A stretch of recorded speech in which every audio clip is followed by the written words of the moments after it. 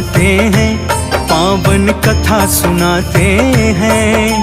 अपरा एकादशी के व्रत से सब सुख पाते हैं, हम कथा सुनाते हैं। ध्यान मग्न होकर सुनना जो हम बतलाते हैं, पावन कथा सुनाते हैं। अपरा एकादशी के व्रत से सब सुख पाते हैं, हम कथा सुनाते हैं। ये अपरा एकादशी सर्वोत्तम एकादशी, ये अपरा एकादशी सर्वोत्तम एकादशी। प्राचीन काल में महिध्वज नाम का एक महाप्रतापी महाधर्मात्मा राजा राज करता था।